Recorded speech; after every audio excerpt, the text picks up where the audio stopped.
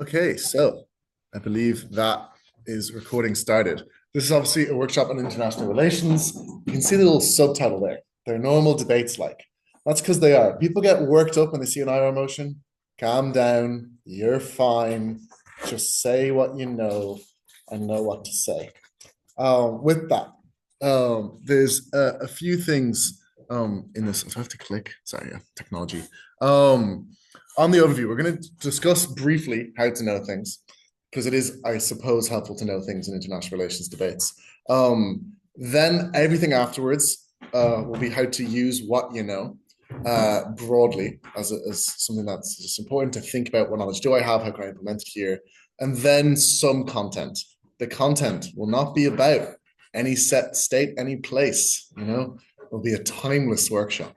Um, and with that, it's just to show the fact that you don't actually need to know that much. Like, you can literally just know the rough map of a country and probably win an IR debate on it.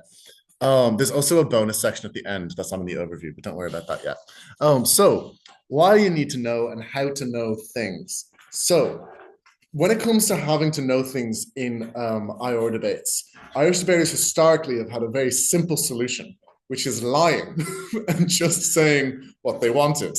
I think the most famous example of this is in the Oxford IV quarters in 2020. There was a motion about Saudi Arabia and whether or not they should support the rebels in northern Ethiopia.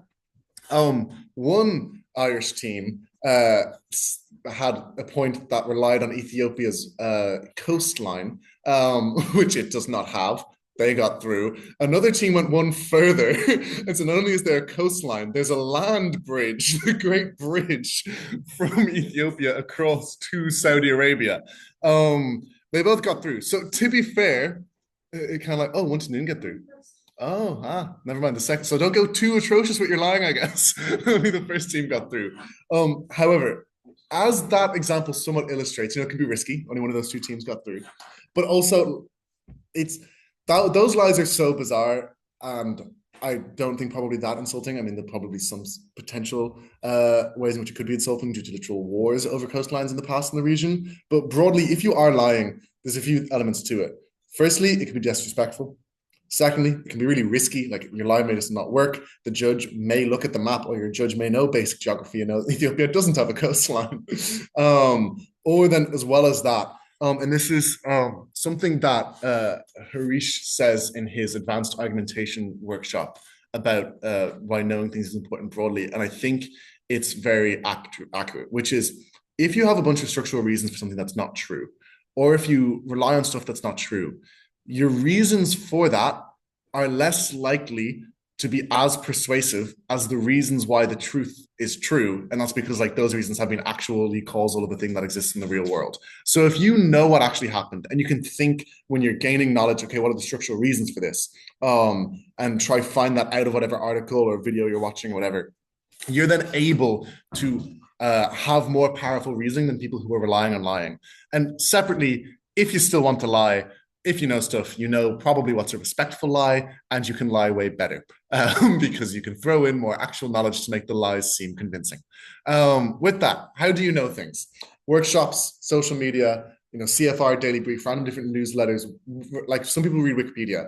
I'm not naming any one thing here really, because I think the big thing here is, unless if you're like an absolute addict and need to touch grass a little bit more, it's really hard to dedicate enough time to case filing to know everything you need to know without making that process enjoyable or natural for you. So, I mean, some people just enjoy the process of case filing via reading academic articles, even about topics. Other people don't. If you don't enjoy it, find a way to gain knowledge that works for you. So, for example, personally, I was always a big fan of YouTube video essays even before I started university debating. So I would just seek out different video essayists which might cover certain topics. Particularly apt example here is, I found a great video essayist all about African history and modern geopolitics in Africa, on a channel called New Africa, that until I found that channel and happened to like their content, I didn't know that much at all about the African continent. And then, because there happens to be content which I enjoyed, I was then able to learn in a way that did not feel like a chore, did not feel like learning. So experiment with these different things. Like I know my old debating partner, Dylan, loved an old Wikipedia article, just reading random Wikipedia articles as like a hobby, right? Whatever, floats your boat. If it helps you get information, you don't even need to type it out into a huge case file. Never had one of those. You don't necessarily need it. Just have ways of gaining information that works for you, is the broad takeaway on that. Then, the more important parts of the workshop are following on from this. The big thing, obviously, is like you can know everything and you can still be really shit at debating. It's important to use what you know, right? And with that, this first little section will detail, like, even if you know fuck all, here's how you're still probably fine, right? So, like, just detail general or geographical or historical facts you know. Like, if you know that, like, I don't know, like there's plains on like Russia's west borders and like that whole area of Europe. And then you can go, oh, maybe that's a reason why they don't think it's easy to defend and they want to expand their territory, right? And that's like an actual theory in geopolitics, which is heavily disputed, but it's an actual theory that you're able to then use as a structural reason. Random historical facts such as, oh, well, the Vietnam War, the communists won, maybe that means like Vietnamese current like economy still has some communist traits to it, even if you know sweet fuck all about Vietnam right now. You definitely know some things about the world, unless if you are like living under a complete rock. Use any potentially related information you have to try extrapolate other things. With that, maps are your friend. I once did an exercise with people who I was coaching, and I was like, explain why like Barcelona is a rich city, like contributes very well, and like then they gave reasons like, okay, explain why it has tourism, and they're literally like struggling to find reasons past, oh, well, everyone just knows it's a big tourist site. They eventually found like, Barcelona, famous cuisine, and then like when I pointed them out, they're like, oh, wonderful Mediterranean coastline. There's things that will actually be good structural reasons that you're able to use to prove things that you're otherwise unsure how to prove. With that, you just need to extrapolate from what you know, deduce maybe other things, and use whatever reasons you have available to you as structural reasons for any fact claim you want to make. Basically, you do debating. As stated at the top of this, these are still normal debates. Another thing, and this is the second Irish trick historically in IR debates, and also general conflict debates, is similar things you know about may be similar. So Irish people, whenever they're doing like a post-conflict debate, will often like have to ask themselves, okay, who are the Protestants and who are the Catholics? And if they can figure that out, they've cracked it. Obviously, not quite. Obviously, that's inaccurate, especially because there's often more than two ethnic groups. But with that, it just means that if you have an understanding of the thing, try to think about how can this scenario be different. So say if there's something about ASEAN, right? Or the African Union, you're like, okay, I'm not sure how this works or what the power dynamics in this union may be like maybe in the African Union, is there certain like key regional powers who have like undue influence over the union as a whole? If you don't know that, but you do know about the European Union and how people might say that about Germany or France, you can maybe use that to your advantage to think about, okay, well, actually, maybe that is also true for the African Union for the same reasons that is true. There's more economic powers, so they control more influence on trade and stuff like that. So use similar things you know about, which you can reasonably extrapolate, if that's all you know. With that, exercise time. With basic facts about the world, without any case filing, I strongly believe any like debater who's done enough IR debates or just enough debates in general and doesn't treat IR debates as a different, separate, scary thing should be able to provide like each reasons for each of those three things there. Like their internal disagreements with ASEAN. Do they want to even spit out a random reason why they could think of that? Yeah, Martha. Different countries' economies want different things. Real. Some are import heavy, some are export heavy. Real. So then, okay. Oh yeah. So Martha pointed out that different economies want different things. They might be export or import heavy, and those have conflicting policies related to them.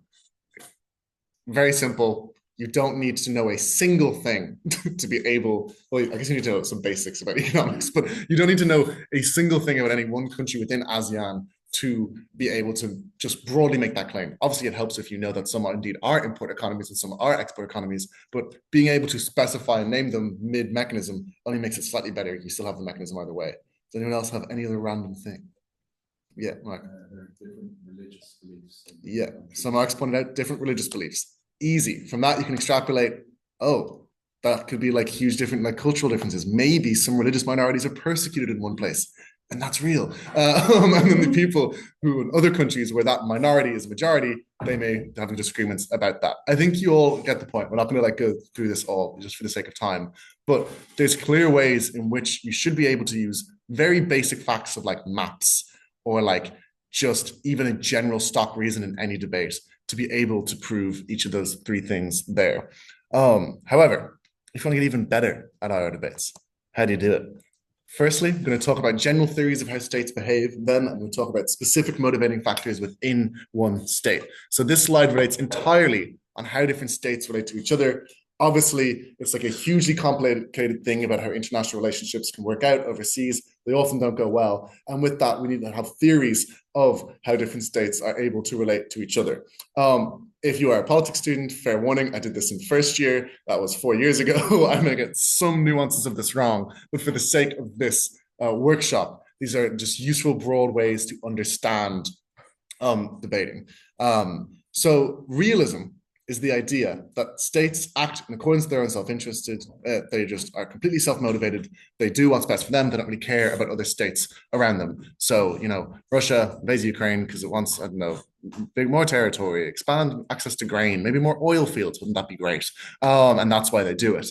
Or that, you know, in order to expand their borders to a more narrow aspect of the plain in Eastern Europe, if you're fucking Mersheimer and an idiot. So there's different realist reasons you can have, with the broad ideas that you're acting in your own self-interest. Whereas liberalism would maybe be the idea that, well, actually states act according to the norms of the liberal global world order. Fukuyama is wanking in the corner right now. And the idea here is literally just that, like, you don't act in your own self-interest. There's certain things you can and you can't do. International law, you don't break it. I'm not going to go in depth on this one. This is no longer that popular, especially due to recent territorial invasions like the one I just named and other ones all across the world, and many international laws being broken right now. But back in and around Clinton, this was the shit. People thought this is all going to be coming in. That's going to be great. You can even think about how when Biden first came into office, he was actually saying, you know, we need to reestablish the liberal global world order. And that leads me greatly. Battery running low. Rob, battery running low. That leads me on greatly to constructivism, which is not mutually exclusive of either of the two former things. Constructivism is the idea that states act based on whatever norms exist for states to relate to each other, which are continually being constructed and evolving. So basically, the idea here could be that, you know, when all other different states are just acting according to their self-order, you know that that's the way the states are relating to each other. You as one individual state can go, okay, if everyone else is being self-interested and they're not getting any punishment for it, no one's like ostracizing them for it, I may as well do the same. It's grand. Whereas perhaps in other times, such as, you know, when the liberal world global order was going strong, maybe states knew, hang on, I shouldn't act in my own self-interest. We need to work together on this. I should expand more trade deals rather than trying to expand my territory or something like that, because if not, I may get sanctions. I may, you know, have NATO coming in hard and carpet bombing cities and stuff like that. So you want to make sure, basically, that realism or liberalism can be true at different points in time. There's also others, but who cares? And the idea is that there's different norms being set at any one time. Every debater, usually in IR debates, like sometimes people use liberalist theories of how states behave. They usually lose because it's not seen as that realistic. Most debaters will often use kind of realist kind of reasoning. Constructivism is genuinely useful to say, like, okay, well, it's actually not certain that people are behaving that way going into the future. You know, there's a bunch of potential reasons why we're moving to a more liberal global world order. Obviously, that would have been easier mechanisms to provide around 3-4 years ago than as of last Tuesday. But there's ways in which you can do this for differing reasons all the time, and how these norms are continually evolving to explain why perhaps the decision-making calculus states have could be changing right now. Is there any rough questions on that? Slit. All right, then predicting the behavior of states. There's going to be 2 slides in this. This is the basic bollocks you hear in every debate, but not necessarily bad, right? This is important to think of. So and this is from now on probably going to be broadly realist in thinking, a little bit not at times with like allies and stuff like that, but even that is. The broad thing is economic incentives. So is a state expanding into a territory because it has oil? Is a state not going to do something because it might get sanctions? Is a state accepting one trade deal because it helps them with their infrastructure? Is a state, being predatory versus nice because they're able to extract more resources in the long run or less resources in the long run? Things like that, where you're able to note what are different ways which a state could economically benefit from some trade deal or any other thing that you're debating in our debates. And then based on that, how are the states that are relevant in this debate likely to behave into the future? Or with this, if it's like an active debate or believing they should do X or Y, obviously this is something you can weigh as impacts improve. Separately, identities and beliefs. So, this is actually mentioned in the little exercise about, internal disagreements in ASEAN. But, people can do things for irrational, like not irrational, because they're deeply rational, but like non-homo economicus reasons, where they're not just doing it because, the economists said we should. And this is the idea that, states may pull out of trade deals, which are good for their own economic incentives, because people involved in that trade deal are, genociding like Rohingya Muslims, arguably, allegedly. I forgot this is recorded. I don't know how well that's proven. With that then, there's basically different reasons why people can do things. Also, some states can do things just out of pure national pride. For example, this may be controversial. Arguably, economically, on the short run at least, a united Ireland probably isn't in the advantage of the 26 counties in the Republic of Ireland right now. However, most Irish people still want a united Ireland because of issues of pride and nationalism and having those beliefs that it's inherently something that should be restored, that there should be unification. So you can see how these different reasons can motivate countries in different ways and make them likely to want certain things when they're doing negotiations and stuff like that. There's also historical concerns. I suppose the thing I just mentioned is somewhat an example of that. But there's also just the idea that like people may be scared of things that have happened in the past. So maybe Vietnam doesn't have the best relations with China because China invaded them.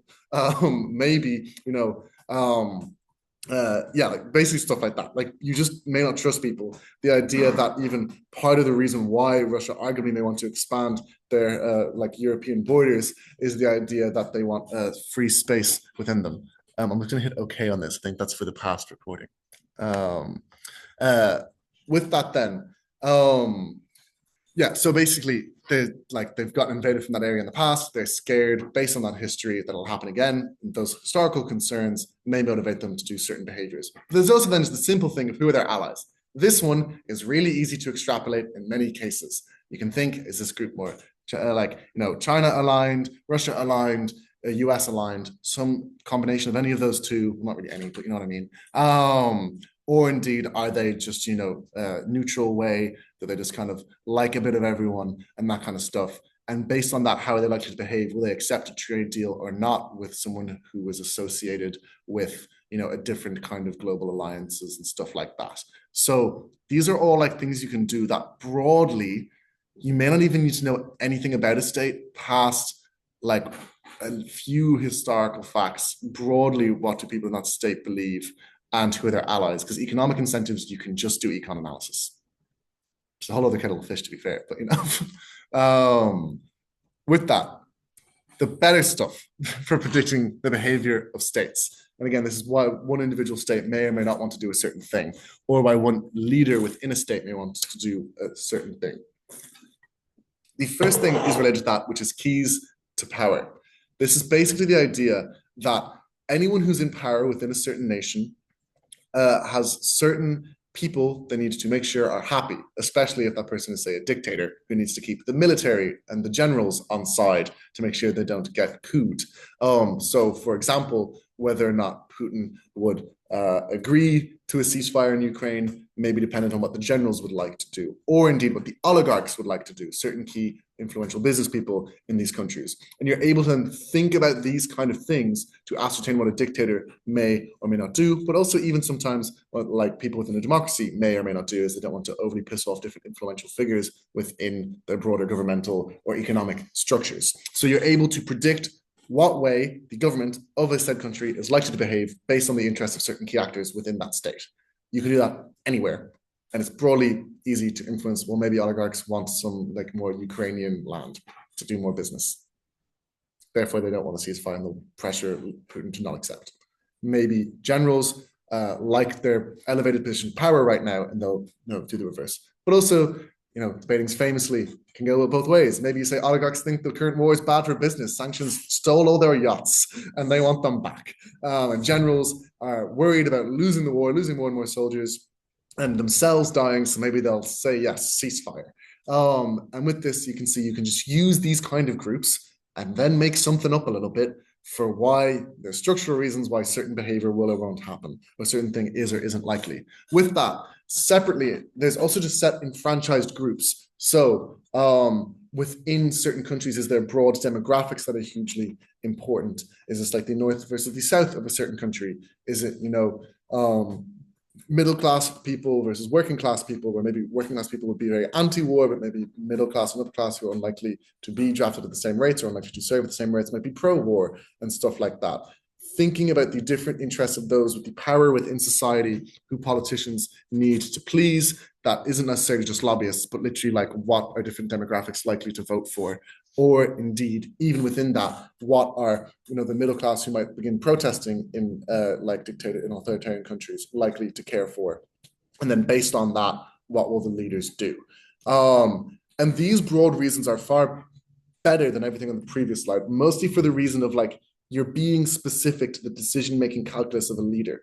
It's the certain key figures they need to please. It's the certain key demographics they need to keep a hold of to hold on to power either via the next election or via avoiding certain political disagreements and stuff like that. So you're able to kind of use these things to your advantage. On the note of political disagreement, it somewhat relates to theories related to social movements is where this literature is best, which is the idea that sometimes in amongst the elite, there'll be different camps, different groups where there's political disagreement happening. And then you want to argue that because of this, it's more likely that one group will gain prominence and then worse behavior will happen in the future, or another group will gain prominence, better stuff will happen in the future. Or that right now there's sufficient disagreement on this topic to mean that they actually are likely to accept trade deals. So maybe within the CCP, there's people who want to be more isolationist versus more expansionist. And maybe you're able to, if you know a little bit about that at all, of different, CCP big conventions, what happened in it, you can say that was a big thing. Now Xi Jinping has a large wing, he has to placate on that matter. So therefore they're likely to do this or whatever, things like that. You can make some stuff up from the broad facts with these kinds of theories.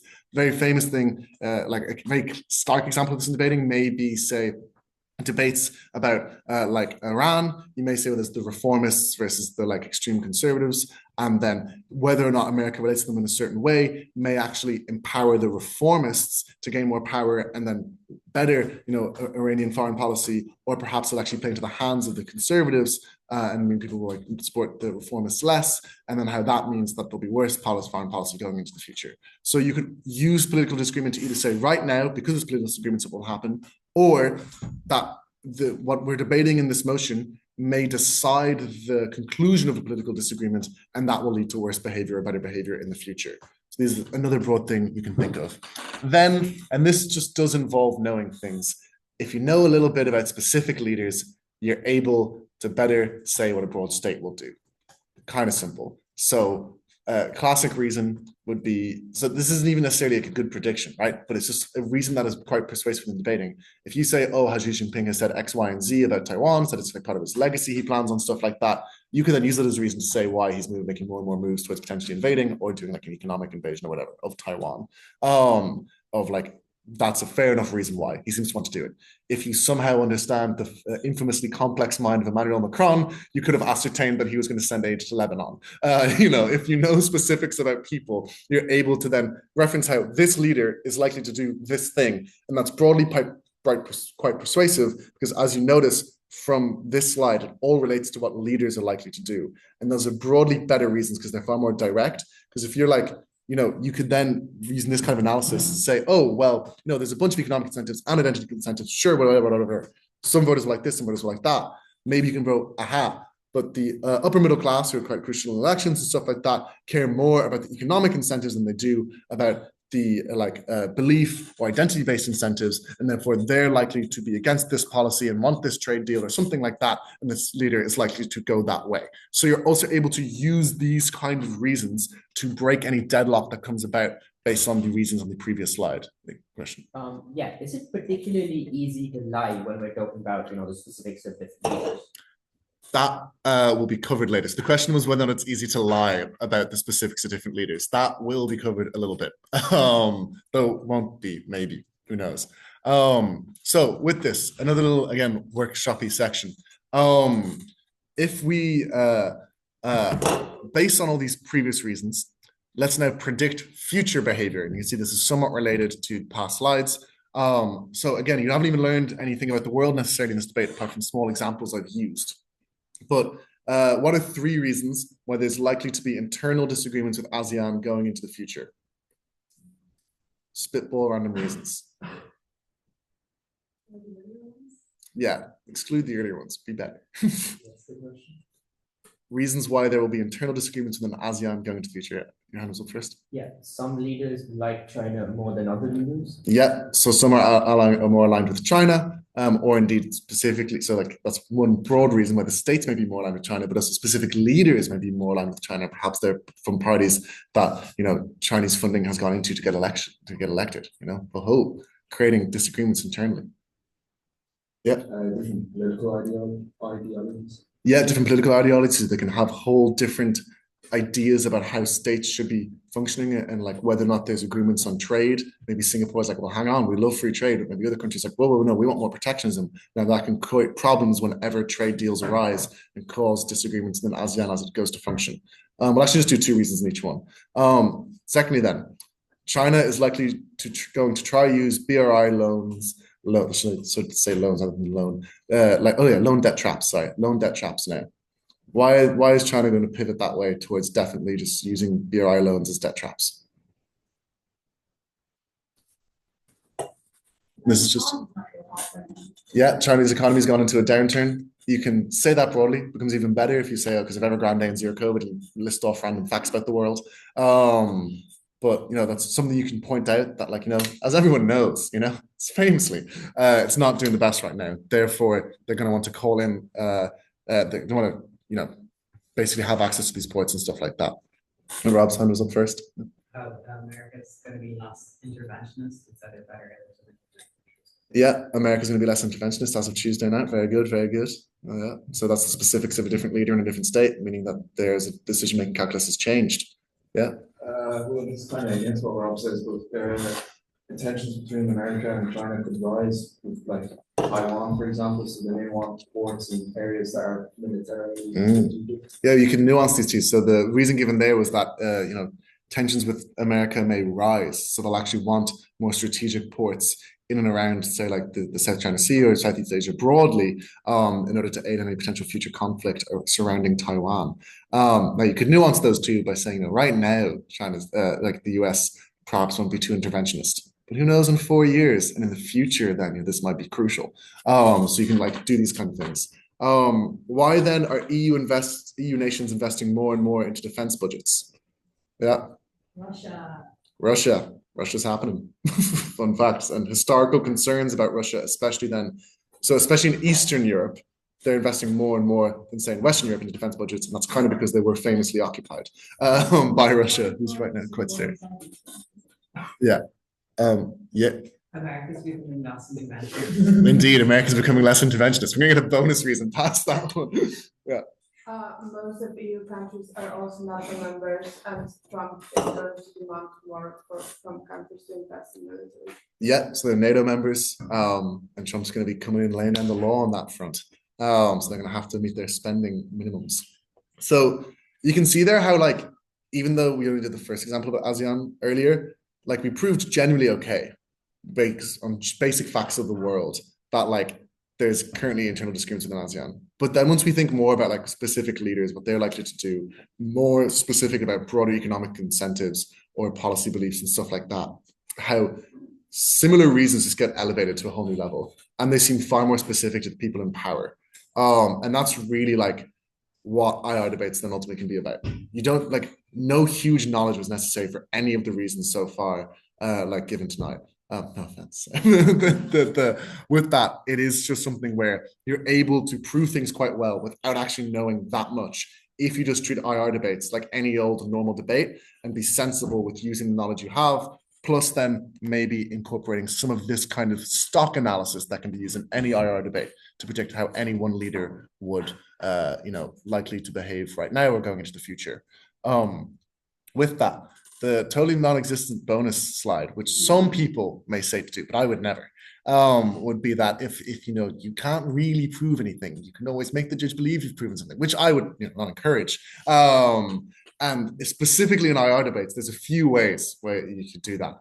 The first would be, just say London or Westminster instead of the UK. So for example, if I was to say, Russia is becoming uncertain about the war in Ukraine, that's not that believable. If I say the Kremlin or Moscow is becoming increasingly skeptical about the current positions of the war in Ukraine, it's like, whoa, I believe that now. It means the exact same thing, but it just sounds more real if you name the state. Like Canberra is becoming more and more open to trade with China. That sounds more real than saying Australia is okay with China, because when you say Australia, like, whoa, don't they like America? Canberra? Who knows about Canberra? Canberra? What? Jack Williams doesn't know capitals. Proof you don't need to know about IO debates, still do kind of okay in them. With that then as well, you can just name even slightly like old related leader / historical event, right? So like, if you're talking about Turkey, perhaps sweet fuck all about Erdogan, but maybe a little something about Ataturk and his broad policy ascriptions, and you can just reference that. Like, ever since Ataturk, it's been policy within Turkey as a whole. I said the whole country because I can't remember. Ankara, there we go. So, policy within Ankara to be very clear about X policy prescription, right? And then through that, you can kind of lie about current leaders based on what past leaders have done. But also, if you say a few true things about current leaders, you can then add a lie. And in a great old game, 2 truths and 1 lie, and your panel will not realize. And I think it's just 3 truths. Again, not that I would encourage any of this. That was just to answer a previous question about can you lie about current leaders. Again, zero encouragement of any of this, but just something that's useful. You can also then, once you've made it sound like you don't even need to lie, you can just make it sound like you know about this place, because you've mentioned, the Kremlin and Putin, and perhaps another 1 or 2 Russian officials. And I was like, oh, this person knows their stuff. It's the Kremlin. Then you can just use the most classic stock mechanisms that work in pretty much any debate ever, which is like competition and fear of backlash. So, the Kremlin is becoming increasingly wary of continuing the war in Ukraine. The first reason for this is competition from China about being an authoritarian ally in different countries broadly over the world. And the second is fear of backlash from their own Russian population, whether or not the continuing of the war is popular, right? So I mean, that first reason, I guess I kind of used a little bit of IR knowledge of mentioning China, but I've just used and this is true for any debate, competition and backlash and fear of backlash can kind of be used to make anything. You just use those 2, and then a third one that's real. Again, it's what some people would say, not me. I would never suggest doing this, but it's very possible to do. And with that then, you do those first 2 reasons that sound deeply reasonable, and then you can just use the momentum and perceived authority to just assert a third mech. So the Kremlin is becoming increasingly skeptical of continuing the war in Ukraine, firstly because of competition, being an authoritarian ally for different states across the world due to the rise of China and Xi Jinping. But secondly, because of the fear of backlash internally within Kremlin, as we saw protests in Moscow in recent months. But then on top of that, the war just currently isn't going as well as expected right now, even though there's been some recent advancements. There's an expectation that the winter freeze is going to lead to losses for Russian troops. That sounded so real. I don't know if that's true. It works because the judge also doesn't know if that's true. So while this is somewhat evil to encourage, if all else fails, you are grand. It's a normal debate. You can just make stuff up. Debating is a game of structural reasons, not who did the most case fighting. Oh boy, aren't you great at reading the internet? It's who can convince a panel that something is or isn't true. So while I would not recommend doing any of those things, and I would rather people, think complexly about how states are likely to behave based on how different leaders like to behave, their decision-making calculus, or indeed broader decision-making calculus of states, and indeed thinking about general theories of how states behave to add an extra reason to those things, and using whatever knowledge you do have to actually prove things, if all else fails. There was a bonus slide, which I won't reference again. With that, I'm not going to leave the bonus slide up while I take questions, and I don't have a question slide. So we're just going to sit here back on the first slide. Are there any questions? If you know something, but the something is unintuitive, it's just not something that's like, you know something, and this is true, but it sounds like it's a lie. Okay, so you know something, it doesn't sound real. That it's actually like. Can you give me an example? Does that make it easier to answer? Russia wrote Belarus's constitution. Okay, so if you know the fact, which may or may not be known by the average informed voter, that Russia wrote Belarus's constitution, there's two ways you can use this. Either in amongst a mech list to add perceived authority to your other mechanisms, or just in half of a reason, you can talk about Russian influence in Belarus, and you can say at the end of it, like, they even wrote their goddamn constitution, for fuck's sake. And then fourthly then, and like, if you just kind of use that knowledge like that, it's, if you want to use it more, I'll just in a sec, but even that alone, that's useful knowledge because you sound like you know more what you're talking about, and the judge is going to believe you rather than other teams. Separately though, this is a great exercise. What are some general reasons why Russia might have written Belarus's constitution? Yeah, Rob. They historically ruled over that territory. Historically ruled over that territory, exactamundo, the USSR, baby. Martha. Belarus, unlike most of the other ex-Soviet satellite states, actually kind of likes Russia. They had a good relationship with the USSR from down. Yeah, they have good relations with continues today. You could even speculate further, and that's because of Russian lobbying within Belarusian politics. So its formation as an independent state after previously being a Soviet territory, or one of the Soviet states, was a point in which Russia had enough influence to have severe power over the writing of the Belarusian constitution. And now that sounds like it's structurally proven. You can't do anything about coastlines. But yeah, you could also just say like they border each other if you want to use a map, I guess. I don't know, but I don't think that's true in many other cases. But yeah, like you just use that skill of using what other random facts you know about history or geography or about like politics right now to be able to prove your fact claim structurally. Okay. Yeah, and then you can use it for whatever you want. Yeah. Any other questions? Okay, so when do stock methods like backlash fail? Can I just use it in every single debate? Yes. So the question was, can I just use backlash and stock methods in every debate? I answered yes. I mean, like up until a point, right? So like it is hard to win top rooms relying on like competition, backlash, and then a random third mech you pull out of your ass, but you're saying quickly based on the momentum of having proven the first two mechanisms already. That's not to say you won't win a top room with those. You definitely can. I hope for the sake of debating, you don't in most cases. It should be better than that. But it's kind of like, if you can't think of other reasons why, you use them as a backup. But it's broadly good to have actually good reasons. You know, as I mentioned earlier on the like using what you know slide in reference to Harish's workshop on advanced argumentation, like if you say a bunch of bullshit and you've like bullshit mechanisms for that, a debater who is just as good as you but also knows the truth and knows why the truth is true will be able to respond to you. They'll be able to deconstruct those reasons as the bullshit that they are, right? Or as like, you know, they can out-characterize fear of backlash because of something else, or they can out-characterize competition because of something else, because it's not a huge concern, something like that. Meaning then that it will only work to a point. Yeah. Any other questions? Yeah. Any fun case file facts about Panama? Any fun facts about Panama? Yeah, the canals got problems in the future, right? Yeah. I've heard something about that. That's all I know. Fun fact about Panama, they have debates televised on TV, even like school debates and stuff. They're big into the debating over there. Like sports. Yeah, a little bit, yeah. And then they invite the prominent debaters onto like news talk shows and everything, you know? They've cracked it over there. They know what they're doing. Yeah.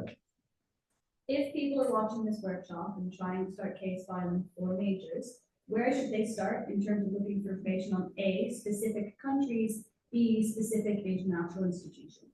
Okay, so the question was, if people are case filing for a major, where do you start looking for information on specific countries or then specific international institutions? Which country should they start with? Which institutions? What people refer to their token costs? Oh yeah, if you want to just start understanding the world as a basis before thinking about any one specific country.